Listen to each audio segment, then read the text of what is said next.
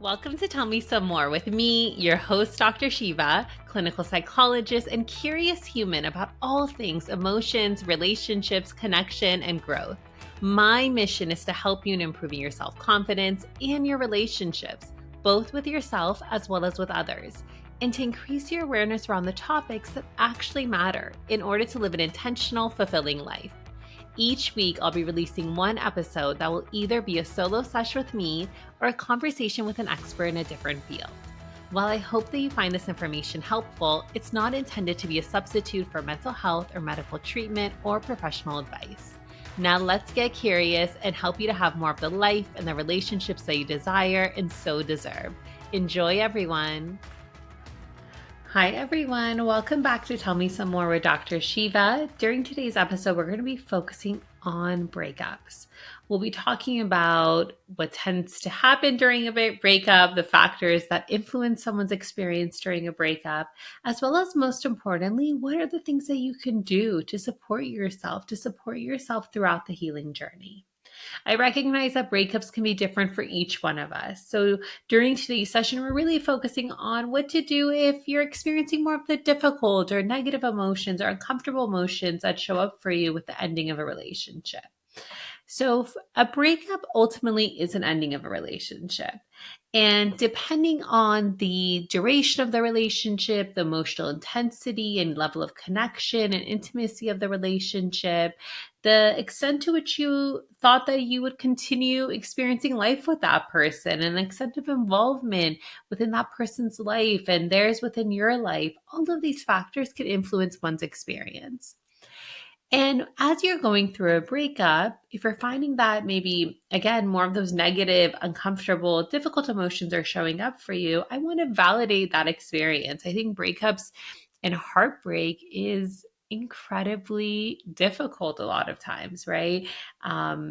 It can be, it can feel physically painful, right? There is a loss. There's a loss on so many different levels, right? There can be a loss of that person and that ending of that relationship and having that person within our lives. But also there can be a loss on two other layers when I think about breakups. There can be grieving the past. So grieving what the past was like. So maybe you're finding that as you're going through a breakup, you're thinking about a lot of the positive moments and really experiencing sadness, grief as you're experiencing and thinking about those positive experiences that you had with that person. Or you may find that the opposite is happening. Maybe as you're looking to the past and taking inventory onto the relationship, maybe you're grieving how you wish you would have responded. Maybe there was the loss of, yourself in that moment, or how you wish you would have handled that experience, or what that experience would have been like. So sometimes we may look back onto a relationship and think to ourselves, I wish I would have ended it sooner, or I wish when that situation happened, I would have confronted the person, or I would have let them know how I actually felt.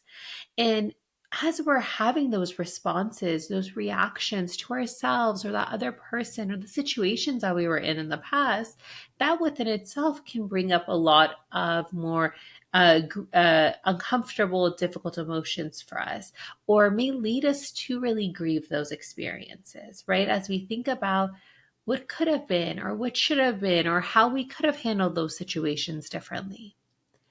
In addition to, grieving the ending of that person being involved in within our lives, grieving how, we wish we would have handled our relationship or responded, or grieving the positive aspects of our relationship. It can also be grieving the anticipated future. So grieving what we had assumed the future would be like.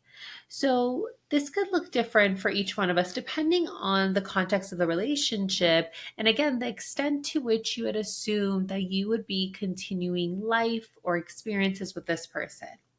But if in a relationship you have had shared, discussions around, your futures together, maybe raising children, having a family, and you had made these plans for what the future would look like. And so when there's a breakup, when there's an ending, oftentimes it's also grieving of what the future could have been like, right? We've discussed we had wanted to happen. We had discussed our plans. And so now it's the grief that comes with the reality that those plans won't be happening, that those future experiences that we had discussed, that we likely enjoyed discussing, aren't going to come to fruition. And so all of that can feel like a lot, because it is a lot, right? We're grieving so many different aspects of, the loss of that person, our relationship, our past experiences, but also what could have been for our future, or our perceptions of what could have been for our future. Additionally, as we, are going through a breakup, sometimes it can be even more difficult, because sometimes when we experience a breakup, it can trigger past hurts that we've experienced. So it can bring up the past experiences that we've had in other relationships. Maybe we haven't fully healed from a previous relationship, and you notice that experience is also showing up for you right now. Or maybe your emotions are even more intense, as you're not only now navigating through one breakup, but it's also the different breakups that you've gone through and the stories that we associate with that, right? Oftentimes, when we're going through a breakup, there are a lot of negative stories, or maybe unhelpful. So, what I mean by unhelpful, or just more inaccurate stories that we may have as to what it means that we're going through this breakup, and what it means that we're needing to go through another breakup, right? Oftentimes, what I see is, you know, many of us will say things to ourselves about what the breakup means, about what it means to consistently, end relationships. Maybe we're thinking to ourselves, am I going to ever meet someone? Or what does this say about me? Or why does this always happen to me? Right? We really question, and it leads us to engage and entertain maybe thoughts that aren't particularly helpful to us, and oftentimes really are unhelpful, and can even contribute to even more distress for us. So, as you can see, when we're going through a breakup, again, I recognize that it can look different for each person, depending on that relationship, depending on who the person is and what the breakup looked like, and if it was expected or not expected. But really, it can include many layers of loss, and it can bring up many different emotions for us. And so some of those emotions that we may experience, of course, are sadness, are going through the process of grieving. And so many people may find that they go through some of the stages of grief, right? Maybe there's that initial denial. Maybe there's a bargaining, where we are doing whatever we can to, in our mind, that we can come up with to get that person back. Or maybe experiencing more anger, more frustration, or experiencing more of that sadness, and ultimately that experience of acceptance. Each one of us may not go through all of these emotional experiences, but those are some of the experiences that we may have. Or it may be that we're feeling maybe really down on ourselves, maybe more self critical, experiencing more shame, embarrassment as to what it means to experience this breakup or to end this relationship, due to our own experiences, but also due to maybe expectations that others may have for us, maybe cultural expectations, social, familial expectations. So, again, when we experience a relationship ending, it can bring up so much for us, because really it's just not one relationship, right? It's not an isolated relationship. We are people, our experiences are fluid, and likely that relationship was a huge part of us, right? It was part of our identity, it was part of how we saw ourselves, or part of how we socially engaged with other people for a period of time, right? And so again, it can bring up a lot. Some additional factors that can really influence the intensity of what we may be experiencing, and maybe how difficult the relationship ending may be for us, are of course the duration of the relationship, as I mentioned, the degree of intimacy, the degree of commitment, your shared plans for the future. It could be also the meanings that we associate with the breakup. And so I really want to encourage you to be thinking about, what are the meanings that you associate with the breakup? What is it telling you? What are the meanings that you attribute to it? It could also be, the reason for the breakup. So what led to the breakup, and the extent to which those reasons were previously worked on, were discussed. So were the reasons things that you were aware of, right? So if the other person ended the relationship, Did they end the relationship and share with you why they ended it? And the reasoning, was it something that you could understand? Was it something that they had shared with you before, or something that you had previously worked on together? Or was this new information? Were you completely blindsided? Of course, all of these things can influence how we then respond, right? If it's a huge shock to us, if we've never heard of this concern that our former partner has had, then of course it's going to be even more difficult to really wrap our minds around what is happening in that moment. And also, it could be, of course, the extent to which it was expected or unexpected. And that's important because if something is completely unexpected, it can be more stressful for us because we don't feel like we have a sense of control in that experience. As I mentioned, any unhealed or past losses, our own attachment styles, the ways that we tend to respond to other people. And I think one thing that we also don't tend to focus on is just the uncertainty that so many of us experience with a relationship ending, and how that uncertainty can show up for us when there's a breakup, and maybe uncertainty about our future, about what our romantic life may look like, about our day-to-day experiences. And so, again, there are many different factors that can then influence how we then emotionally respond and feel in that moment. So now that I've shared a little bit more about breakups, I realize, there's so much more that we could cover, but I want to focus on, well, what are the things that you can do? If you've experienced a breakup or you're going through a difficult transition right now, what are ways that you can support yourself, that you can cope with this breakup and really support yourself during this healing journey? As I share these different things that come to mind for me, and I'm going to go through 9 main coping strategies. As I share these, I want to encourage you to take what fits for you. Leave what doesn't work for you or isn't relevant, and really take what fits and make it your own, and start small and build from there. I think it can feel really overwhelming when you're given so many different suggestions, different recommendations, but really just taking what fits and starting with what is feasible for you. One of the most important things that we can do after a breakup is giving ourselves the time to grieve the ending of this relationship. It truly is an ending, right? So when there's a breakup, it is a loss. It is a loss of that person and that relationship in the capacity that we knew it, right? And so it is going to lead, even if that person's going to be involved in your life in some kind of capacity, it's likely going to be in a very different type of capacity. And so allowing yourself to really experience emotions that are showing up for you, allowing yourself the space to really process and grieve the emotions. I want to share that, time of course does help. And I know oftentimes people will say, time heals all. I do think that time helps, but it's important what's most important is what you do with the time.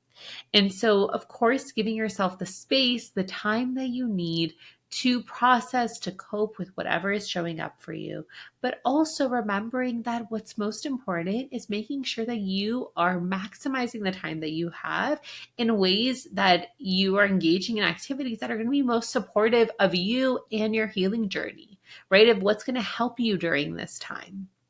So at a certain point, we really need to be thinking about what can I do with the time that I have available? Can I do during this healing journey to really help me, to really support me? And sometimes those things may not be the most comfortable for us in that moment, right? We may not feel like, working out or reaching out to other people or doing some of the things that I'm going to mention, but you want to ask yourself, is this going to help me with my healing? Is this going to help me to move forward in the ways that I'm wanting to? So this brings us to the next tip that I have, is practicing more mindfulness and really validating your own experiences. So what I mean by mindfulness is just tuning into your own experiences and noticing whatever may be showing up for you as far as your emotions, your thoughts, your sensations, and really noticing them without any judgment. Noticing what's happening in this present moment, your current circumstances that you're in, without any judgment or evaluation. Right? So really seeing what is, and remembering that there is no right or wrong way to feel. You may have a friend who just recently went through a breakup and they bounced back right after, right? Or they're in this new relationship and they seem like they've moved on. That is their process, right? So not comparing their process to your process. Really, there's no right or wrong way to respond. I think this is especially important if you hear, for instance, that your former partner has moved on, quote unquote, or is back on the dating scene or whatever it may be, not letting that to interfere with your healing process. So really being focused on what's happening for you and validating your own experiences. Our emotions, even when they're uncomfortable, they're data. They're letting us know how we're being impacted. So, really paying attention to what your emotions are telling you. What are your emotions telling you? What are they telling you that you would benefit from to really feel taken care of? The third way is to create some distance. And this can feel really difficult for many of us, but creating some type of distance, a full distance from your former partner. So it really, I think it would be most helpful to, create that physical distance, not be around that person, not have any contact, not be messaging them, not be linked to them in any sort of way. But of course, I realize that that's not always possible, right? Some of us may have lives that we've already built with our former partners or children. And so there likely is some type of communication or contact that may be necessary. But again, really limiting the contact to what is necessary if that is the case. But if that isn't the case, let's say you haven't built a life with this person, you haven't, aren't in, don't have children together, whatever it may be, creating that distance, even if it's for a period of time. So setting those boundaries, this can be really helpful to helping you to move forward. When we're regularly reminded of the person, of our past, that can get in the way of our healing journey, right? That can get in the way of us being able to focus on the present moment. It may bring up a lot from our past experiences. Additionally, when we think about creating distance, I think it's also important to think about creating distance on social media, right? Oftentimes people may not think about social media, but social media is a form of connection, right? And we spend typically so much time on social media. And so seeing if you do have a social media, really considering what is the impact of continuing to be connected on social media if you are connected. So a lot of times I'll hear people say, I don't want to remove this person on social media because I don't want them to think that, I'm making this a big deal or that I care or that I'm being immature. Rather than taking action based on what you perceive the other person will think, I want to encourage you to take action and set those boundaries in the ways that you would most benefit from. So asking yourself, is it going to be helpful to me and support me during this time to limit my contact with them on social media or to mute them? And if it's helpful, then taking or considering to take those actions. Additionally, really thinking about, where were the places that you both used to regularly visit together, maybe you used to work out together, maybe you had your favorite dinner spots, lunch spots, coffee spots, whatever it may be, maybe considering going to different places, at least for a period of time. Another way to really create some distance is also seeing are there ways to set more boundaries with friends, with mutual friends. So if you are still spending time with your mutual friends, if you feel comfortable, maybe seeing what are the ways that you can set boundaries with them. So limit the type of conversations or be selective about the type of conversations that you have with them. So for instance, one way to set a boundary around the conversation is letting your friend know, hey, like we recently broke up.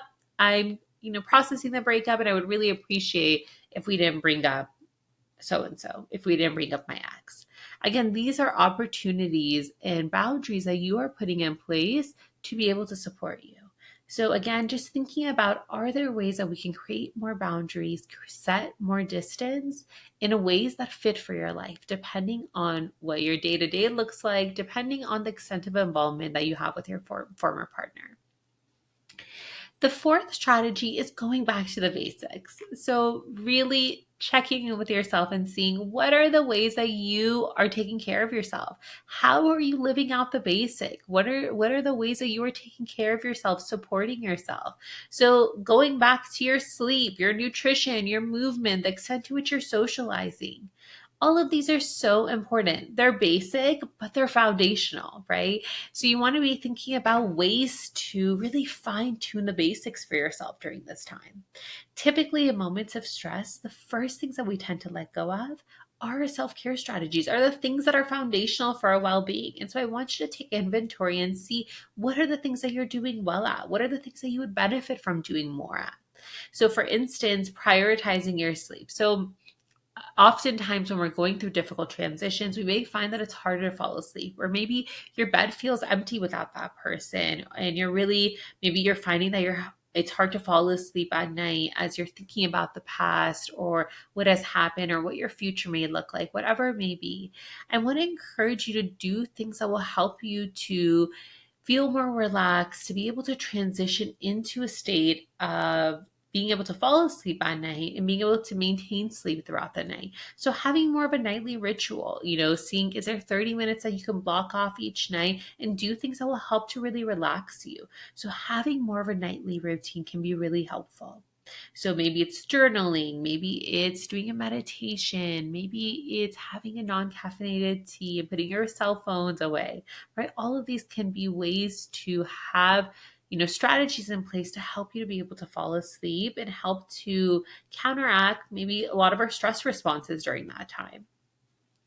Socializing with at least one person each day. So I want to encourage you to reach out to people, to ask for help, to accept their help, right? Be open to people supporting you.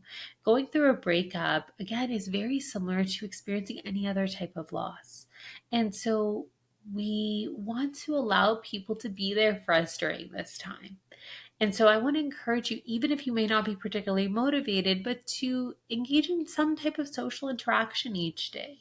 Connect with someone, really focus on something that's not related to the breakup, right? Something that's going to inspire more positive emotions for you. And then, of course, taking care of yourself through movement, through having nutritious meals, again, doing all of those things that we know from self-care that can be really helpful. The next strategy is engaging in healthy distraction. So, what I mean by this is being intentional around engaging in activities during each day for at least a brief period of time that will give you a break from what is happening for you with the breakup.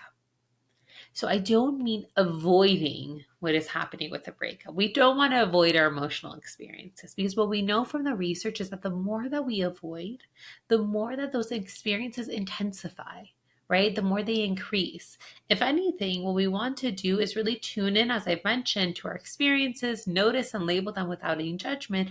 And you'll notice how those experiences will then change, how our experiences are fleeting, and ultimately they'll decrease in intensity with time.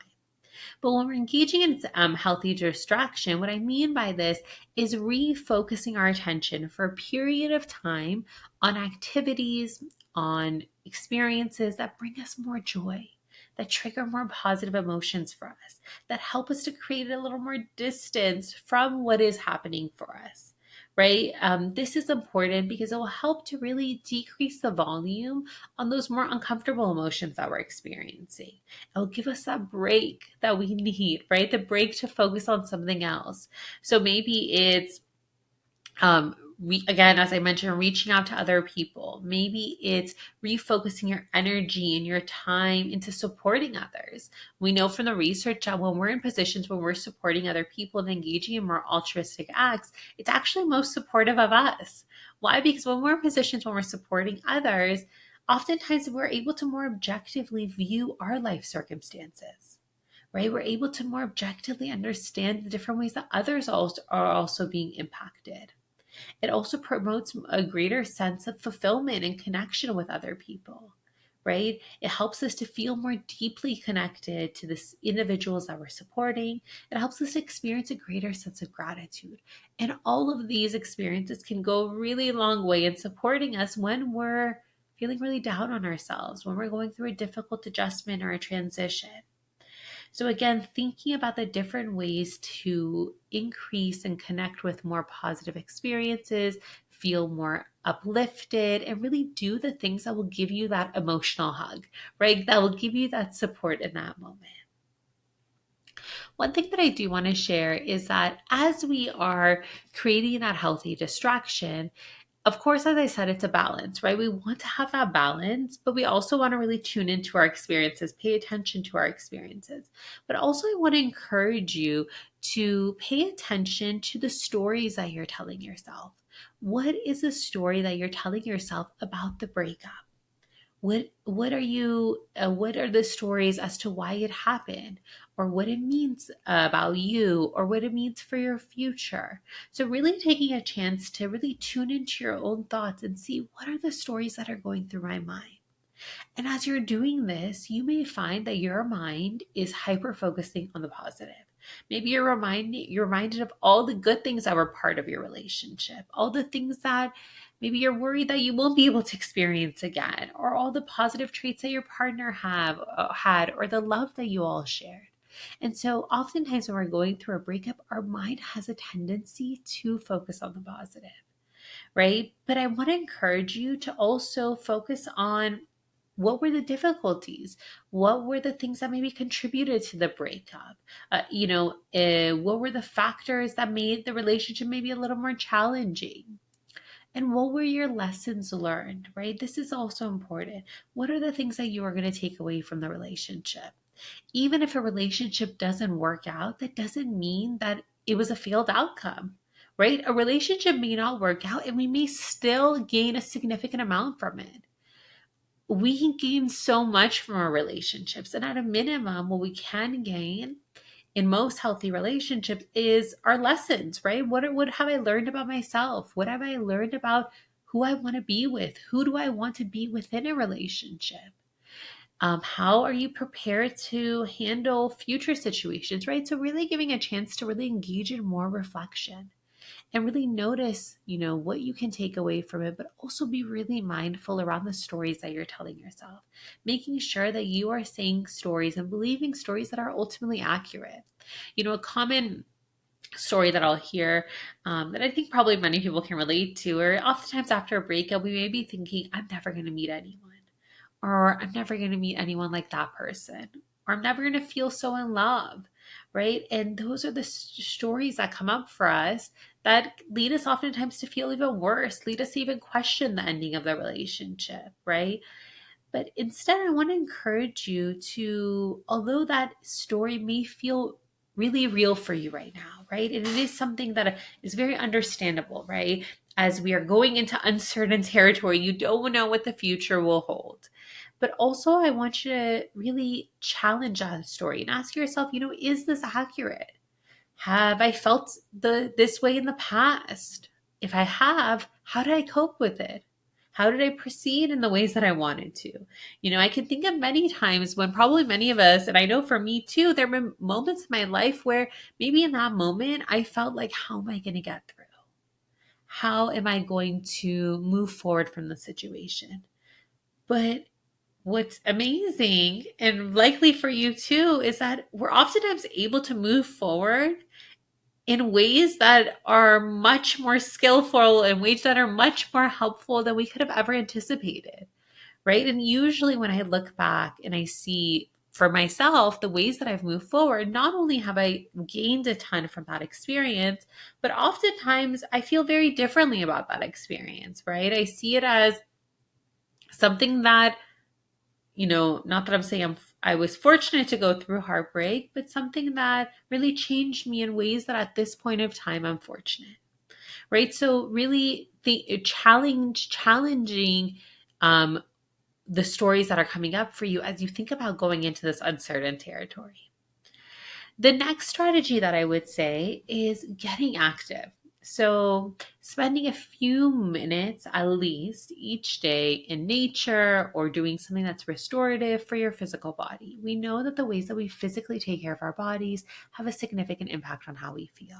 And so, when we engage in some type of movement, it reduces our level of stress, reduces our anxiety, promotes our mood and our energy levels. But what I would say is probably the biggest benefit of movement, at least in these stressful situations, is that movement grounds us to the present moment. And this can be really helpful because oftentimes during a breakup, our mind is either ruminating on the past and we're thinking about all the things that happened. I wish I would have said that. I wish I would have handled this situation. Or we're reliving really positive situations, or we're focusing a lot on the future, maybe on what will happen for us, a lot of anxiety, worry about what our future will be like. And so movement really grounds us to the present moment. It brings us to the here and now. So each day asking yourself, what type of movement do I need? What is my body needing today? And whatever it is, maybe it's just a few minutes of movement, offering yourself that experience. One of my favorite strategies is practicing self-compassion. What I mean by self-compassion is treating yourselves in the same ways that you would a loved one, a friend that you care about, right? Who is struggling. So imagine a friend, a sister, a loved one, a cousin, a younger cousin who is going through a breakup. What are the ways that you would support them? What are the ways that you would really reach out to them and show them that you care? This is important because so often when we're going through a stressful situation or we're going through a heartbreak, we tend to respond more critically towards ourselves. Maybe we think to ourselves, I shouldn't have stayed in that relationship as long as I did. What does that say about me? Or I should have responded differently. Whatever, or we may even be more harsh, self-critical. We may think to ourselves, I'm not going to find anyone else. If you're finding that negative, more inner self-critic is coming up for you, I really want to encourage you to practice this self-compassion. Ask yourself, what would I say to someone I care about? How would I support that different person? Our feelings are fleeting, right? And so you want to remind yourself that your feelings are fleeting.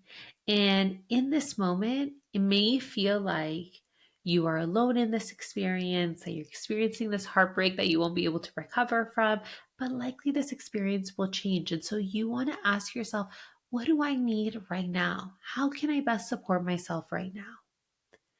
What are the ways that I can show kindness towards myself? And practicing that self compassion in your thoughts, in your behaviors, in your actions with yourself. So, really offering that self compassion on an ongoing basis. And then one other thing that I would suggest is focusing on you. So, of course, all of these strategies are focused on supporting you. But what I mean by this is so often when we are in a relationship, the relationship, depending on the type of the relationship can become a huge part of our life, a huge part of our identity. And we may find that throughout the course of the relationship, maybe we haven't focused on parts of ourselves that are also really important, or parts of ourselves that are meaningful to us, or focus more on our hobbies or different relationships. And so, spending time as you're going through this healing journey on really focusing on you, reconnecting with the old parts of you that maybe you weren't as connected to throughout the relationship, as well as establishing the new you, finding your new norm. So maybe there's a class that you've really wanted to do for a long time and your partner wasn't, really down with joining you for that class. And this has been something that you wanted to do. Hey, this could be the perfect time to sign up for that class. Maybe it's figuring out a new routine for yourself, figuring out a new routine that fits with your day to day right now. Maybe it's reconnecting with old friendships, reconnecting with the parts of you that remind you of you and who you are at your core. Remind you of what's most important to you, of how you want to live out your life. I think strengthening the parts of yourself that you're wanting to focus on. This can be not only a great distraction, right? And help us to refocus our energy in a way that can be really helpful to us and really serve us. But ultimately, when we are focusing on ourselves and we are making a life that is really enjoyable to us, is really meaningful to us, is connected to our values, then you're setting yourself up for really great transition into this next phase, into the phase where you are going to be out of this relationship and you are single, right? You're making a life for yourself that is going to be most enjoyable. And again, help you to remind yourself of who you are and help you to feel more confident, help you to feel more connected to yourself in ways that maybe you haven't felt as you're going through this breakup. I also want to share, and before we, end with these different strategies, again, as I mentioned, no one breakup is the same. Every breakup looks different. And so I want to encourage you to do whatever you need to best support yourself. And don't compare your experience to anyone else's. And don't compare your experiences to your former partners if you learn of their experience. And really seeing that just because this is an ending doesn't mean that it's something negative, as I mentioned. Right? So reframing the meanings that we've associated with the ending of this breakup. I realize that even with all of these different strategies, a breakup is still challenging. It is still difficult, right? Depending on the feelings of maybe rejection, sadness, blame, embarrassment that may be showing up for us. There can be so many things that can make our experience even more difficult. And so again, doing the things that you would most benefit from and remembering that you on a regular basis want to take steps each day to support yourself. Even if it's a small step, it's still a step. I want to encourage you to reach out for additional support from qualified professionals if you're noticing that you're needing additional support as you're going through this healing journey. Thank you, everyone. I know this was a lot of different, thoughts and strategies that I've shared with you, but I'm hoping that one or two of them will be helpful. You know what's going to be best for you, but I want to encourage you to take what you think based on your past experiences of what's been helpful, based on where you are today, incorporating the strategies that you know will go a long way for you and really support you in this healing journey. And most importantly, as I mentioned, being compassionate with yourself as you're going through this healing journey. Really not shitting on yourself of what the experience should be like, but really taking it day by day, seeing where you're at, tuning into your experience, and seeing what do I need today to support myself throughout this journey. I hope you found this session and I hope you found this episode helpful. Thank you so much. And I wish you all the best of luck as you're going through your healing journey and just sending you a ton of support if you have recently gone through a breakup. I realize some people may be having different responses to a breakup. Maybe you're feeling relieved. Maybe you're experiencing more positive emotions. But even if you're experiencing those relief and the positive emotions, it can still be helpful to really be intentional about how you are setting up this next stage of your life. And these strategies can be always helpful to us, right? These strategies can be helpful in even different types of relationships. So most importantly, regardless of what your emotional response is to the breakup, being intentional, tuning into yourself and seeing how can I set this next stage of my life up in a way that's going to fill me up, that's going to let me to be the me that is most meaningful to me. It's going to let me to show up most fully, and it's going to set me up to be in a position where I can have more of the experiences and the relationships that I want, that I ultimately desire. Thank you again, everyone. Take good care. Thanks so much for tuning in to Tell Me Some More with Dr. Sheva. I hope you enjoyed today's episode. If you're enjoying the podcast, it would mean a lot to me if you would subscribe, share, and write me a 5-star review on iTunes so that we can build this wonderful community and support others in living fulfilling lives. Just a reminder that this podcast and the information shared is solely for informational, educational, and entertainment purposes. It's not meant to be a substitute for mental health or medical treatment or advice.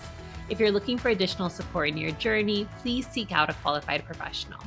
Until next time, everyone, talk soon.